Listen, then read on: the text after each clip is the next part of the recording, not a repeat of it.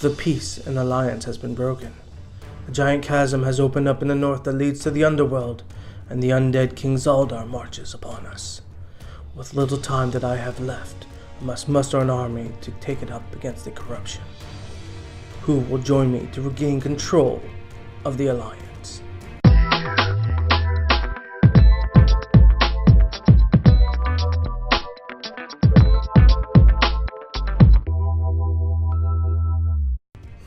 Hey guys, my name is Marco with Board Game Revolution. Today we're taking a sneak peek at Alliance, the card game, which was created by Cole Cornell, hitting Kickstarter on February 7th. Now, to give you some backstory on this game, this is actually set in the world of Alliance, where the ruling council that kept the peace has fallen, and so you are warring to see who's going to control it. Is it going to be you or me? Well, let's get right into the game components and the mechanics.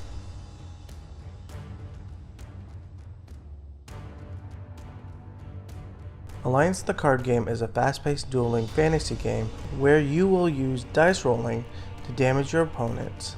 In this head-to-head battle, you will continue to fight each other until only one leader remains. The starter kit comes with a game board, 2 symmetrical decks, a plethora of health tokens, and a how to play scroll.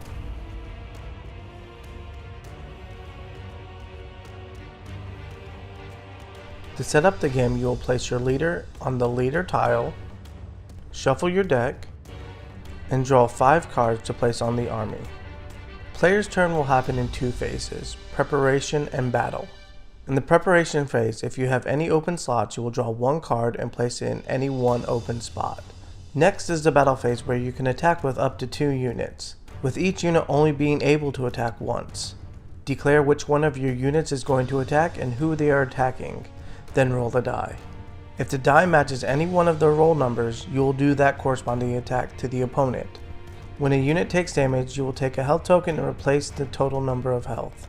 If at any point the unit drops to 0 health, you will take it off the army and put it into the slain pile. Once your entire army is defeated, your leader enters the fray. Leaders do a massive amount of damage to the opponent, but they are now vulnerable to attacks as well. At the moment when there's only one leader remaining, the game ends, and to the victor goes the spoils.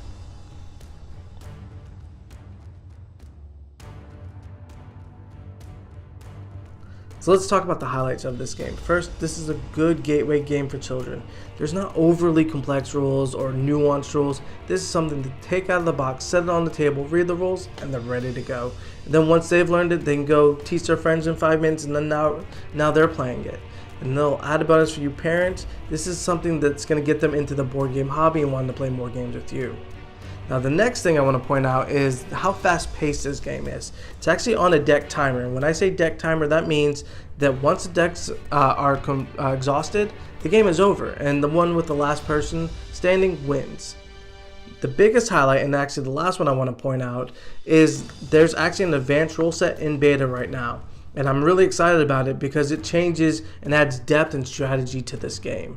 So you notice the little image on the top corner here with a melee symbol or with a range symbol like this one right here. So what that means is they actually change how they attack in the new rules. So instead of melee being able to attack anybody, they can actually only attack in a cone that's directly in front of them. And while range can actually attack anybody that's on the table. So that leaves the leader now a little bit more open. So if you like what you see here and you're interested in the game, make sure to check out Alliance, the card game, on Kickstarter right now. It's going to be launching on February 7th.